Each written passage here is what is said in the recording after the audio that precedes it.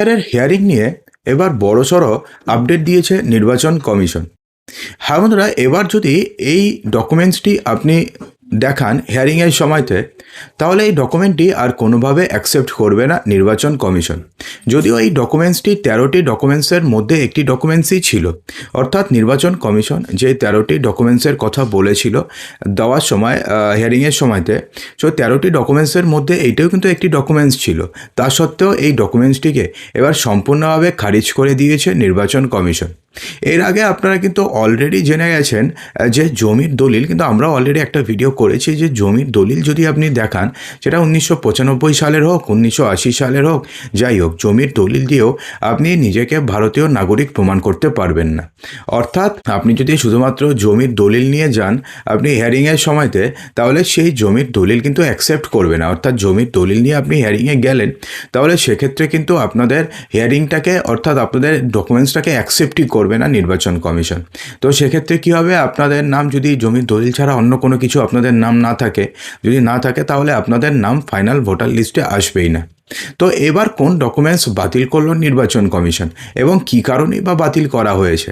তো এবার তাহলে আপনাদের যদি আপনাদের ডাকে, অলরেডি তো অনেকে এই ডকুমেন্টস দিয়ে হিয়ারিং করে এসছেন এবং তারা কিন্তু অলরেডি জমা দিয়ে এসছেন, তো সেগুলো তো বাতিল হয়ে গেল। তো তাদের নামে কিন্তু আবার হিয়ারিংয়ের নোটিশ আসতে চলেছে। তো তখন তাহলে তারা কি দেখাবেন, সমস্ত কিছুই জানাবো, সেজন্য ভিডিওটিকে সম্পূর্ণ দেখতে থাকুন।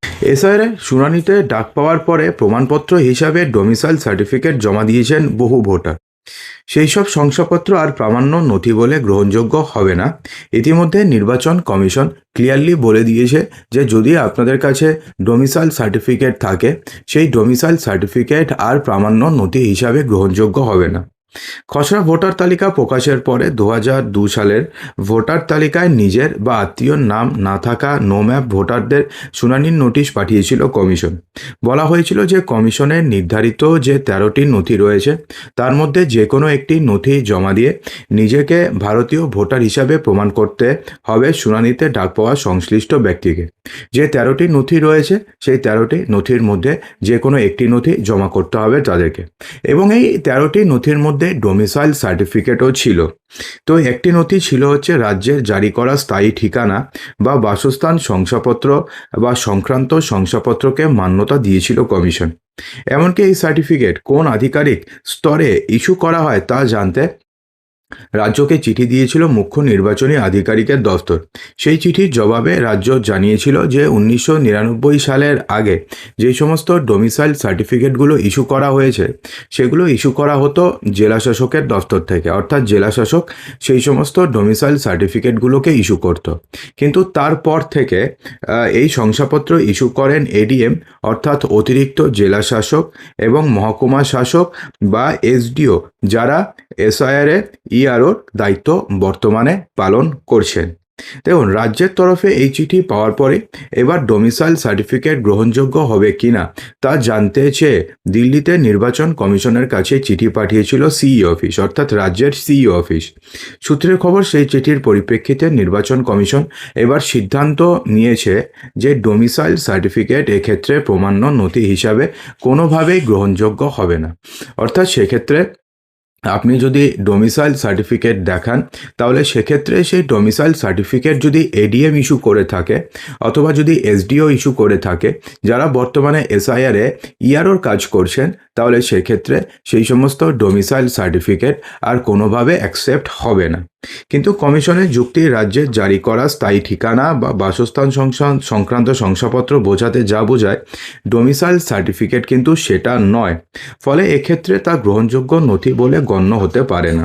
কমিশন নির্ধারিত ওই 13টি নথির বাইরে অন্য নথি জমা দেওয়ার ক্ষেত্রেও নিষেধাজ্ঞা জারি হতে পারে বলে খবর। যারা শুনানিতে গিয়ে ইতিমধ্যেই ডোমিসাইল সার্টিফিকেট জমা দিয়েছেন, তাদের ফের শুনানির জন্য ডেকে পাঠানো হতে পারে, এমনটাই জানা যাচ্ছে।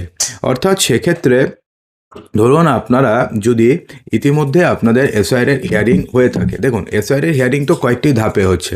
প্রথম ধাপে কাদের ডেকেছে? প্রথম ধাপে ডেকেছে যারা হচ্ছে আনম্যাপড অবস্থাতে ছিল, অর্থাৎ যাদের নাম 2002 সালের ভোটার লিস্টেও নেই এবং যাদের বাবা মা কারোর নাম 2002 সালের ভোটার লিস্টে নেই। এই সমস্ত ভোটারদের ফার্স্ট ফেজে তাদের হিয়ারিং কমপ্লিট হয়েছে এবং যারা যারা ডোমিসাইল সার্টিফিকেট দিয়েছেন 1999-এর আগে মোস্ট প্রবাবলি ইস্যু হওয়া, সেই সমস্ত ডোমিসাইল সার্টিফিকেট দিয়ে আপনারা যদি হিয়ারিং করে থাকেন তাহলে সেক্ষেত্রে সেই সমস্ত ডোমিসাইল সার্টিফিকেট বা সেই সমস্ত ডোমিসাইল সার্টিফিকেটগুলোকে এবারে রিজেক্ট করে দিয়েছে নির্বাচন কমিশন। অর্থাৎ সেক্ষেত্রে আপনি যদি শুধুমাত্র ডোমিসাইল সার্টিফিকেট দিয়ে আপনি হিয়ারিং করে থাকেন তাহলে সেক্ষেত্রে আপনাদের কাছে দ্বিতীয়বার হিয়ারিংয়ের নোটিশ যাবে এবং সেই হিয়ারিংয়ের নোটিশ পাওয়ার পরে আপনি কিন্তু এবার আর ডোমিসাইল সার্টিফিকেট শুধুমাত্র আপনি জমা করলেন হয়ে গেল, সেটা কিন্তু আর পসিবল হবে না। এবার আপনাকে ডোমিসাইল সার্টিফিকেট ছাড়াও আরও যে নথির কথা বলেছে নির্বাচন কমিশন, সেই নথিগুলোকে আপনাকে জমা করতে হবে। ঠিক আছে, তো সেটা যদি আপনি না করতে পারেন তাহলে কি হবে? তাহলে কিন্তু আপনাদের নাম ফাইনাল যে ভোটার লিস্ট সেক্ষেত্রে থাকবে না। দেখুন ইতিমধ্যে কিন্তু অলরেডি শুধুমাত্র নো ম্যাপড ভোটারদের এই কাজটি কমপ্লিট হয়ে গেছে। তো এবার কাদের হবে? এবার যারা প্রোজেনি ম্যাপিং করিয়েছে এবং প্রোজেনি ম্যাপিংয়ে ধরুন বাবা মায়ের সাথে ছেলের বয়সের পার্থক্য 15 কিংবা 15-র কম, তো সেক্ষেত্রে তাদেরকে এবার ডেকে পাঠানো হবে। যাদের বাবা মায়ের সাথে ছেলে মেয়ের বয়সের পার্থক্য 50-এর বেশি বা ঠাকুমা দাদুর সাথে বয়সের পার্থক্য বেশি, তো সেই সমস্ত ভোটারদের কিংবা যে সমস্ত জায়গাতে বা কিছু কিছু বুথে, যে সমস্ত বুথে দেখা গেছে যে প্রোজেনি ম্যাপিং হয়েছে 80%-এর বেশি বা 90%-এর বেশি, কয়েকটি বুথে দেখা গেছে যে এই প্রোজেনি ম্যাপিং হয়েছে 90%-এর বেশি, টোটাল ভোটার 1200, প্রোজেনি ম্যাপিং হয়েছে 1180-র মতন।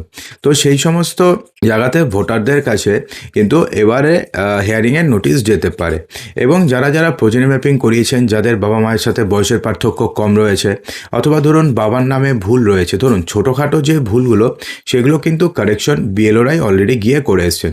যারা যারা ধরুন মাধ্যমিকের অ্যাডমিট কার্ড জমা দিতে পেরেছেন বা দেখাতে পেরেছেন, তাদের নামে হিয়ারিংয়ের নোটিশ ইস্যু হয়েছিল, হওয়ার পরেও সেগুলোকে খারিজ করা হয়েছে।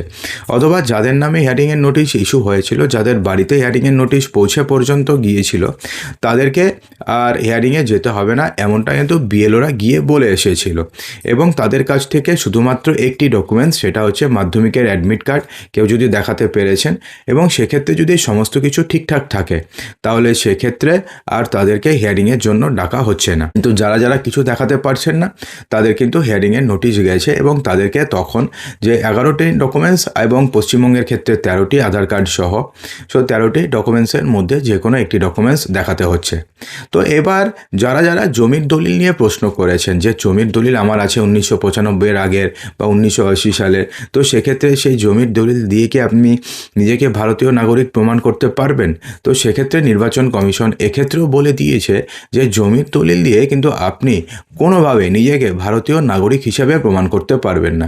জমির দলিল একটা অবশ্যই সরকারি নথি, কিন্তু সেই জমির দলিল দিয়ে আপনি যে ভারতীয় নাগরিক সেটা প্রমাণ করতে পারবেন না। যেমন আপনি প্যান কার্ড দিয়ে পারেন না, আধার কার্ড দিয়ে পারেন না, ভোটার কার্ড দিয়ে পারেন না, ঠিক তেমনি আপনি জমির দলিল দিয়েও পারবেন না। তো সেক্ষেত্রে কমিশন যে 13টি নথি বলেছে সেই 13টি নথির মধ্যে যে কোনো একটি দেখাতে হবে। যদিও ডোমিসাইল সার্টিফিকেটটাকে অ্যাকসেপ্ট করা হয়েছিল, কিন্তু পশ্চিমবঙ্গের ক্ষেত্রে রাজ্য সরকার কর্তৃক প্রদত্ত স্থায়ী বাসিন্দা সার্টিফিকেট বলতে যা বোঝায়, পশ্চিমবঙ্গের ক্ষেত্রে ডোমিসাইল সার্টিফিকেট বলতে সেটা বোঝায় না। এই জন্যে এবার ডোমিসাইল সার্টিফিকেটগুলোকেও এবার ক্যান্সেল করে দিয়েছে নির্বাচন কমিশন এবং যারা যারা ডোমিসাইল সার্টিফিকেট দিয়ে যারা যারা এসআইআর হিয়ারিং করিয়েছেন তাদের সবার নামে ফের আরও একবার হিয়ারিংয়ের নোটিশ আসতে পারে, এমনটাই কিন্তু জানা যাচ্ছে নির্বাচন কমিশন সূত্রে।